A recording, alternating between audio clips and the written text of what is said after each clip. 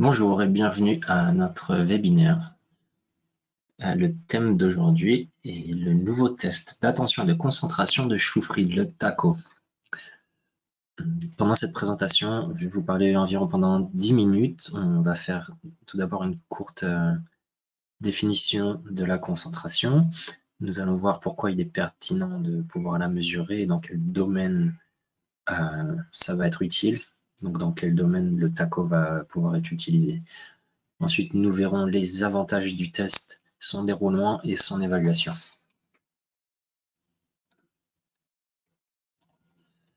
La capacité à se concentrer est une condition importante dans le contexte professionnel, quel que soit le métier. On a ici une définition. Concentrer signifie poursuivre une activité choisie avec suffisamment de persistance et de précision, et également ignorer tout ce qui n'est pas pertinent pour cette tâche. La concentration est une capacité de base pour de nombreuses activités cognitives et motrices. C'est pour ça qu'on a une définition assez large, car cette capacité est fondamentale pour de nombreuses tâches, qu'elles soient intellectuelles ou motrices, et dans beaucoup de métiers, que l'on doive travailler dans un bureau, conduire des engins ou travailler sur une chaîne de production. On aura toujours besoin d'un niveau minimum de concentration assez élevé. C'est pour ça que le test TACO va être utile dans les ressources humaines. Il a été démontré que la capacité de concentration est un indicateur prévisionnel pour les comportements liés à la sécurité notamment. Mais quel que soit le domaine, dans tous les métiers, quand on veut embaucher quelqu'un, la question qu'on se pose, c'est est-ce que le candidat convient aux exigences de la tâche? C'est pour ça que le test TACO a été développé comme un test d'aptitude classique, mais qui répond également aux exigences de la modernité. En effet, les tests d'aptitude modernes sont confrontés à des défis. Les candidats ne sont pas toujours sur place, on ne peut pas toujours les tester en personne. On va aussi souvent avoir besoin de tester un grand nombre de candidats, ce qui, lorsqu'on doit inviter toutes les personnes à passer les tests sur place, représente un coût important. Et également aujourd'hui, le public utilise de plus en plus les appareils mobiles, comme on le voit sur ce graphique. Vous voyez la courbe bleue qui représente l'utilisation des ordinateurs a diminué à peu près autant que l'utilisation des appareils mobiles a augmenté. C'est pour cela qu'il y a de nouveaux défis que va relever le TACO. D'une part, sélectionner des candidats de manière efficace, mais en plus, pouvoir atteindre des gens dans le monde entier et les atteindre sur l'appareil qu'ils utilisent le plus. C'est pour ça que le TACO a été développé selon le principe Mobile First, c'est-à-dire qu'il est optimisé pour tester sur des appareils mobiles, sur des écrans tactiles. Il est bien sûr avec une égale qualité utilisable sur des ordinateurs de bureau ou des ordinateurs portables, sur n'importe quel navigateur Internet. La disponibilité sur mobile permet d'atteindre un public plus large et notamment des groupes cibles jeunes, avec un échantillon de normes approprié qui va de 14 à 90 ans. Maintenant, nous allons voir le déroulement du TACO. Un autre avantage du TACO qui permet une forte internationalisation, c'est le contenu du test non linguistique.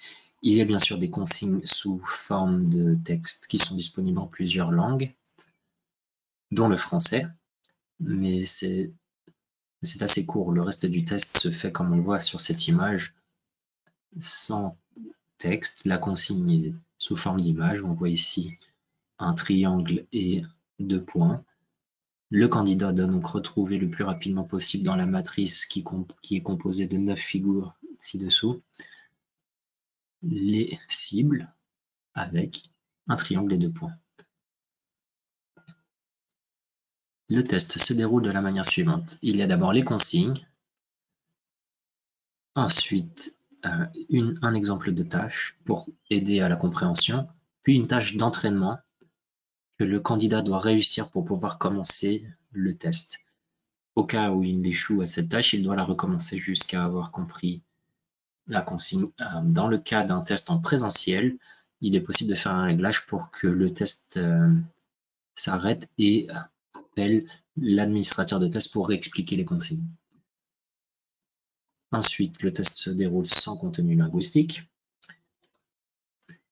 Il y a également un avantage du TACO, c'est qu'il y a deux formes de test, une forme standard et une forme parallèle, ce qui permet de tester des personnes, les mêmes personnes à des temps différents. Le TACO est également économique en temps. Chaque item va durer environ 6 secondes. Si le candidat n'a pas répondu au bout des 6 secondes, ça va passer à la question suivante. Il y a environ 50 tâches, ce qui fait un test d'une durée d'environ 8 minutes. Voyons maintenant l'évaluation du test. Elle a été également optimisée pour une interprétation facile et intuitive. Il y a une valeur principale, une variable principale, qui est la capacité de concentration, dont la valeur est mesurée et définie en fonction du nombre de symboles résolus, du nombre de réponses correctes. On a ensuite des informations complémentaires qui, par exemple, le nombre de ratés qui représente le nombre de symboles qui n'ont pas été sélectionnés alors qu'ils auraient dû l'être, et le nombre de fausses alarmes. Eh bien là, ce sont des réponses choisies qui n'auraient pas dû être choisies, qui ne répondent pas aux critères. Voyons maintenant une comparaison de l'utilisation du test sur smartphone et sur ordinateur. Sur ce tableau, nous voyons déjà deux formes de test, le S1, la forme standard, et le S2, la forme parallèle. Et pour la variable principale, la capacité de concentration, deux échantillons ont passé le test. Un échantillon l'a passé sur smartphone et un sur ordinateur. Et on voit pour les deux versions qu'il n'y a pas de différence significative entre smartphone et ordinateur. C'est-à-dire que l'usage, peu importe l'usage de l'appareil, ça n'influence pas les résultats du test. On voit en revanche entre la forme 1 et la forme 2 une différence assez nette. Cela s'explique parce que nous avons utilisé les mêmes échantillons pour la forme 1 et pour la forme 2, pour la forme parallèle, ce qui nous a permis de mettre en évidence un léger effet d'apprentissage.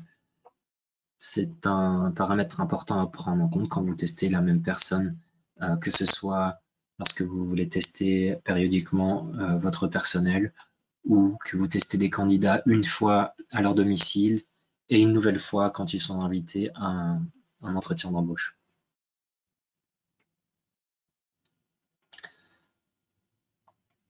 Résumons rapidement le TACO, combine une présentation moderne et une qualité scientifique. Donc, quel que soit le domaine des ressources humaines, quel que soit le métier pour lesquels les candidats se présentent, le TACO va permettre une mesure de qualité et précise car il répond à des critères stricts de la qualité psychologique. Une autre de ces qualités, c'est la limite de temps par item, ce qui permet une durée de test contrôlable. La passation de test disponible sur tous les navigateurs Internet, des instructions courtes et animées qui le rendent attractif. Optimisé pour les smartphones avec un design moderne qui permet de séduire des publics plus jeunes et également d'atteindre un très grand nombre de personnes. La force du TACO, c'est la possibilité de réaliser un examen d'aptitude de grande qualité en peu de temps. Le TACO a été intégré dans une batterie, dans un test set qui s'appelle le Safety Screening. Il est combiné avec notre test INT, qui est un inventaire des capacités cognitives générales. Il a été prouvé que combiner ensemble la mesure de la capacité de concentration et des performances cognitives sont un très bon indicateur prévisionnel de la sécurité au travail. Donc, cela nous mène à la fin de notre présentation.